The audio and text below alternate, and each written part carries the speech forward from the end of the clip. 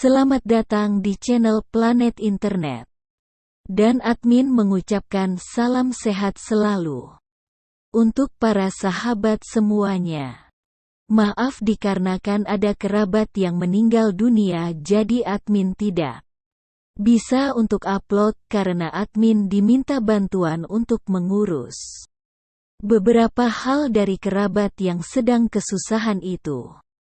Oke, sekarang kita lanjutkan kembali ke ceritanya. Sebelumnya jangan lupa like dan subscribe agar admin lebih bersemangat untuk update episode ke-113. Menguak misteri kotak hitam.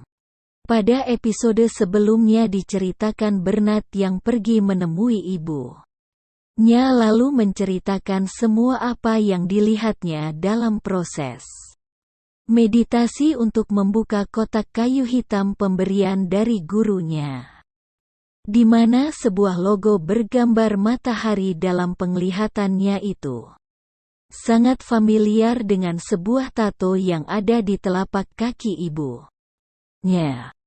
Setelah kotak kayu hitam itu diberikan kepada ibunya, maka gambar tato yang ada di telapak kaki ibunya pun juga memberikan reaksi, di mana gambar tato di telapak kaki ibunya Bernard tiba-tiba menyala. Seperti ada bias cahaya yang keluar dari telapak kaki Ibu Ara Fitri. Orang tua Bernard melihat hal ini, Bernard pun menjadi terkejut, sesuatu yang benar di luar dugaan dari Bernard, di mana kotak kayu pemberian dari gurunya itu seperti mempunyai suatu hubungan dengan ibunya. Nak, kamu simpan baik-baik kotak ini, hanya kamu saja yang bisa untuk membuka kotak kayu ini, karena kotak kayu ini sudah menemukan siapa orang yang terpilih untuk bisa membuka kotak kayu ini. Kotak warisan keramat ini bukanlah kotak kayu sembarangan dan tidak ada satupun orang yang akan bisa membuka kotak kayu ini selain orang yang terpilih, kata Ibu Ara Fitri sambil menyerahkan kotak kayu itu kepada Bernard. Tapi ibu, kenapa tadi gambar tato matahari yang ada di telapak kaki ibu itu mengeluarkan bias cahaya? Bukannya itu suatu pertanda bahwa kotak kayu ini berjodoh dengan ibu, kata Bernard yang masih dalam rasa penasaran. Nak, sejak beberapa hari yang lalu ibu selalu mendapatkan mimpi bahwa hal ini akan terjadi, namun kotak kayu ini sudah memilih kamu sebagai orang yang terpilih. Di sini ibu hanyalah sebatas perantara saja, kata Ibu Ara Fitri. Tapi ibu, kenapa saya tidak bisa membuka isi dalam kotak kayu ini? Saya sudah berkali-kali melakukan meditasi tetapi masih saja belum bisa membuka kotak kayu ini, kata Bernard. Memang kotak ini tidak akan mudah untuk dibuka oleh orang sembarangan, nak. Selama sejarahnya kotak ini sudah banyak memakan korban para senior master ahli bela diri kuat, namun selama ini tidak ada satupun dari mereka yang mampu untuk mengungkap misteri yang ada di dalam kotak ini.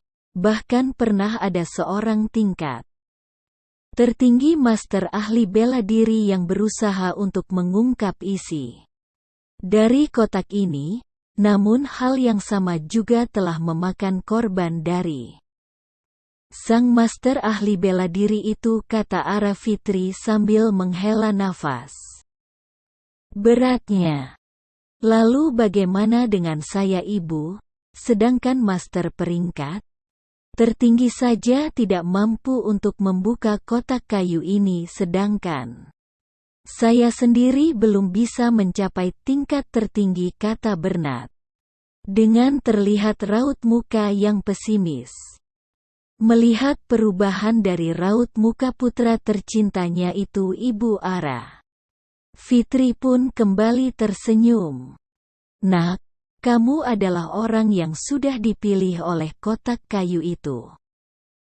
Walau bagaimanapun juga kotak kayu ini akan memberikan caranya sendiri untuk kamu dapat membukanya." Kenapa Ibu berkata demikian?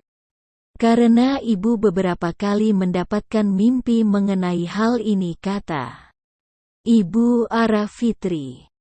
Namun setelah Ibu Ara Fitri mengatakan hal ini, tiba-tiba air di telaga itu terlihat bergejolak. Bernard yang dapat merasakan bahwa ada satu kekuatan besar yang saat ini sedang menuju ke arah mereka. Sebagai seorang master ahli bela diri di tingkat legenda level 6, Bernard dengan cepat dapat merasakan adanya bahaya yang akan mendatangi mereka.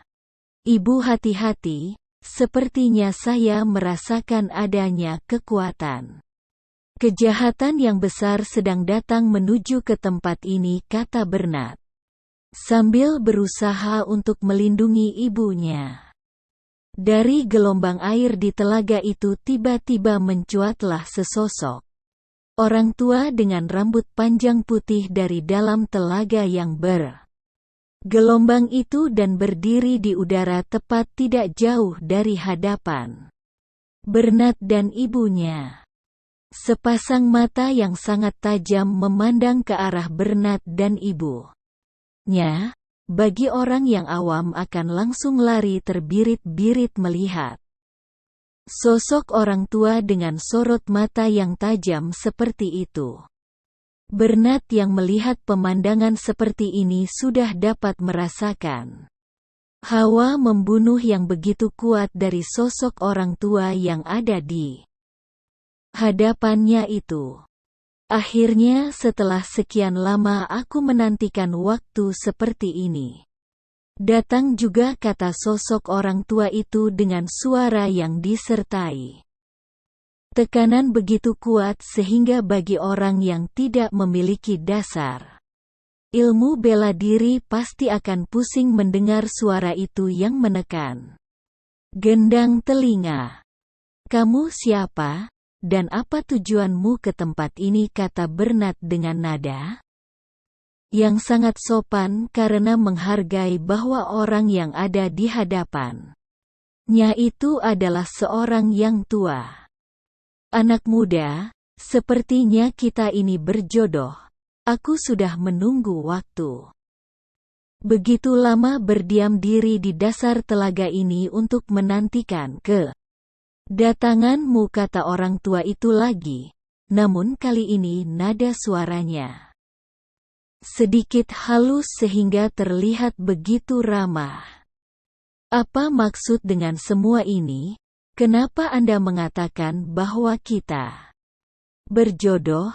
Dan siapakah Anda?" "Karena saya tidak mengenal siapa Anda?"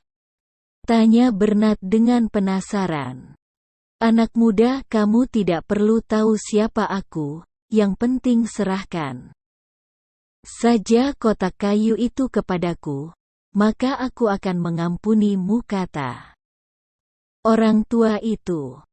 Mendengar hal ini maka Bernard pun menjadi terkejut. Dari mana orang tua ini mengetahui bahwa dirinya mempunyai kotak kayu pemberian dari gurunya itu?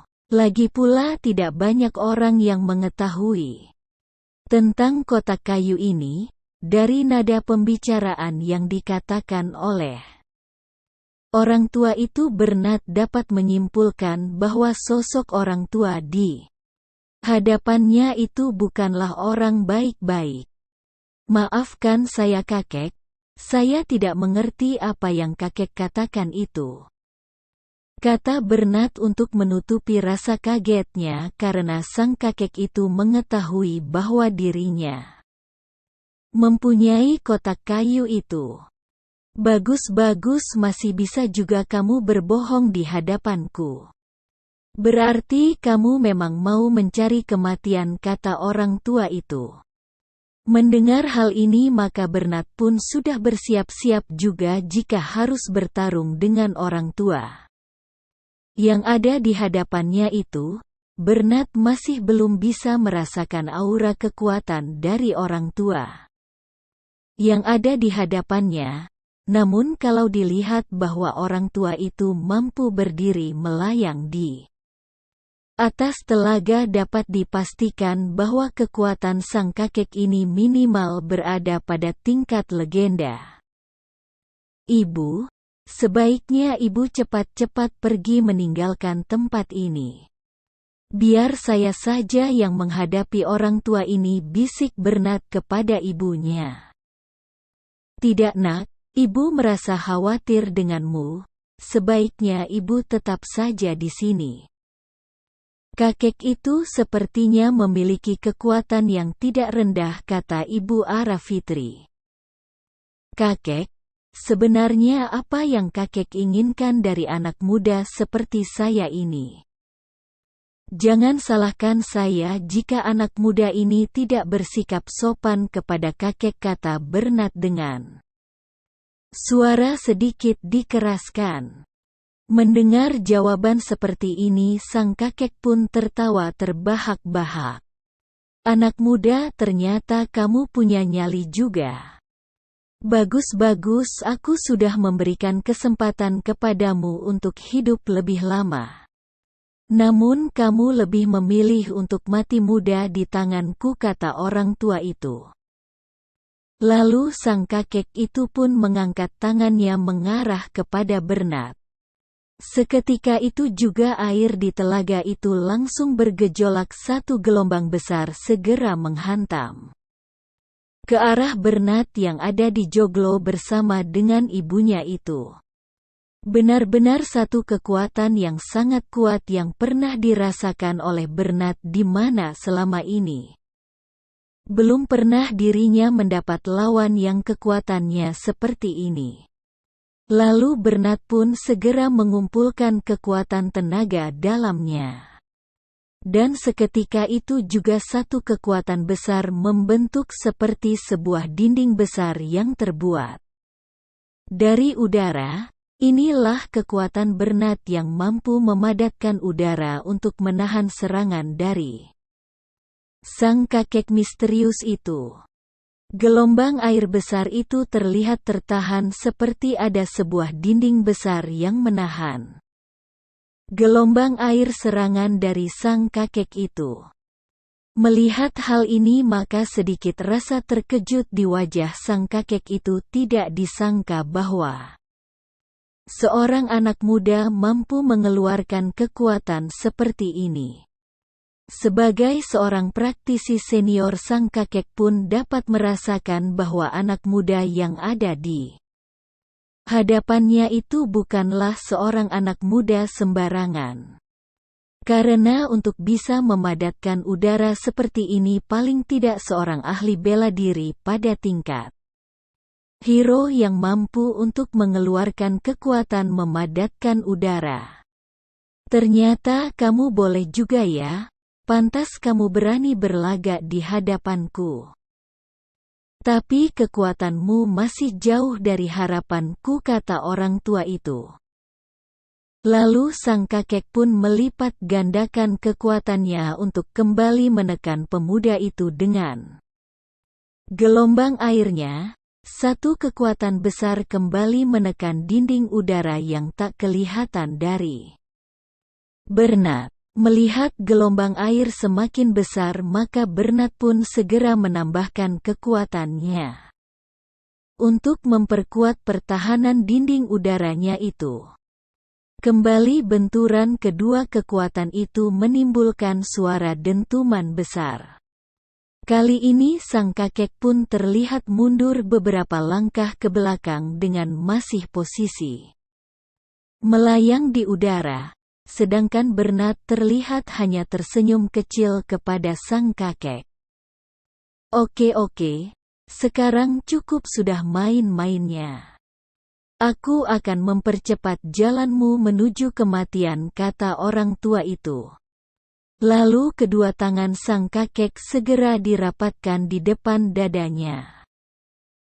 Sambil mimiknya komat kamit, tiba-tiba di kedua tangan sang kakek itu keluar cahaya sambil merenggangan kedua telapak tangannya, sebilah pedang bersinar warna merah keluar dari sela kedua telapak tangan sang kakek.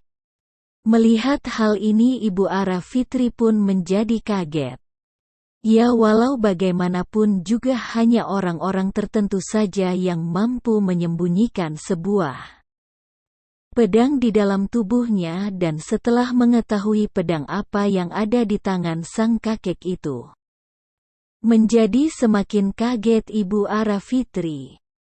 Nak, hati-hati. Sepertinya orang tua itu sudah tidak main-main lagi dengan pedangnya itu, kata Ibu Ara Fitri yang merasa khawatir bahwa putranya bukanlah lawan dari sang kakek itu. Ibu, tenang saja, Bernard sepertinya masih bisa untuk menahan kakek itu. Justru yang Bernard khawatirkan sekarang ini adalah keselamatan dari ibu, kata Bernard, karena merasa bahwa kali ini lawannya begitu kuat. Kamu tidak perlu mengkhawatirkan ibu, nak. Ibu masih bisa untuk menjaga diri, kata Ibu Ara Fitri. Orang tua, aku akan meladenimu sekarang. Karena kamu menginginkan kematianku, maka sekarang aku pun juga menginginkan kematianmu, kata Bernard dengan suara keras yang membuat sang kakek terlihat berubah sedikit perubahan pada wajahnya.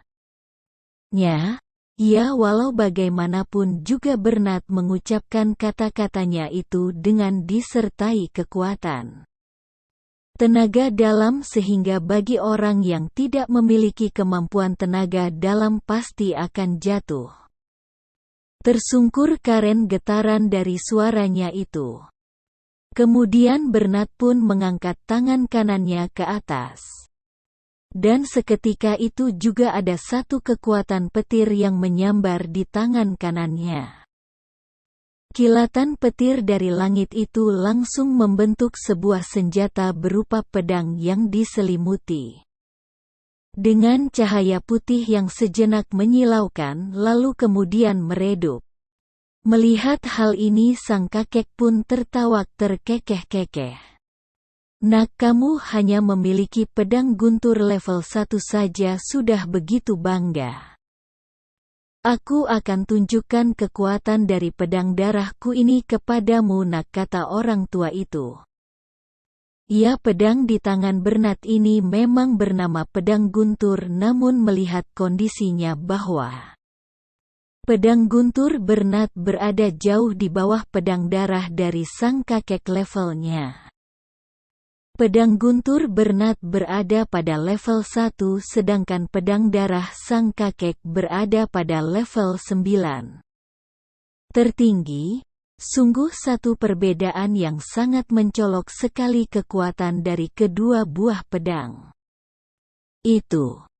Kita buktikan saja pedang siapa yang lebih unggul, kata Bernard dengan nada sinis.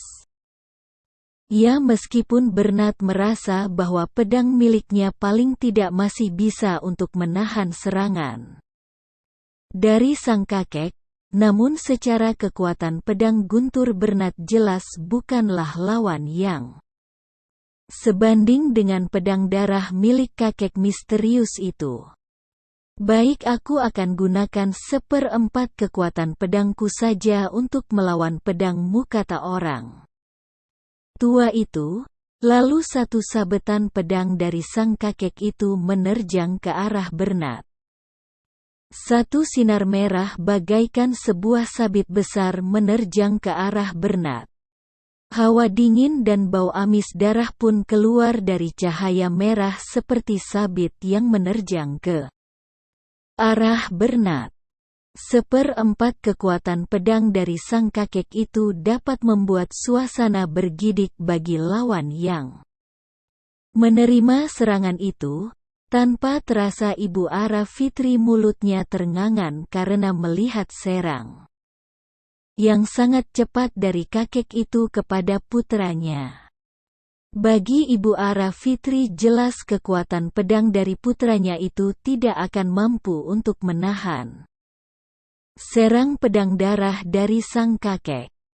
Melihat serang dari sang kakek, maka Bernat pun segera menahannya dengan menyabetkan pedang gunturnya itu ke arah datangnya serangan dari sang kakek.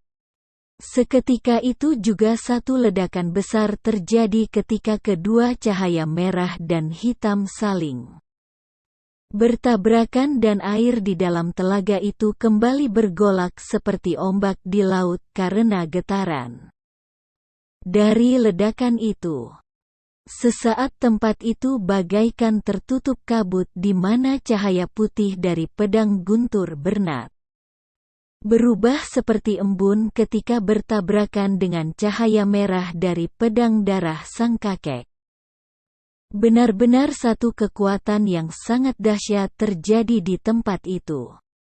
Itulah kisah pemuda yang menjadi sopir pribadi episode ke-113. Bagaimana kelanjutannya, saksikan terus dan jangan lupa subscribe dan klik tanda lonceng agar tidak ketinggalan episode selanjutnya.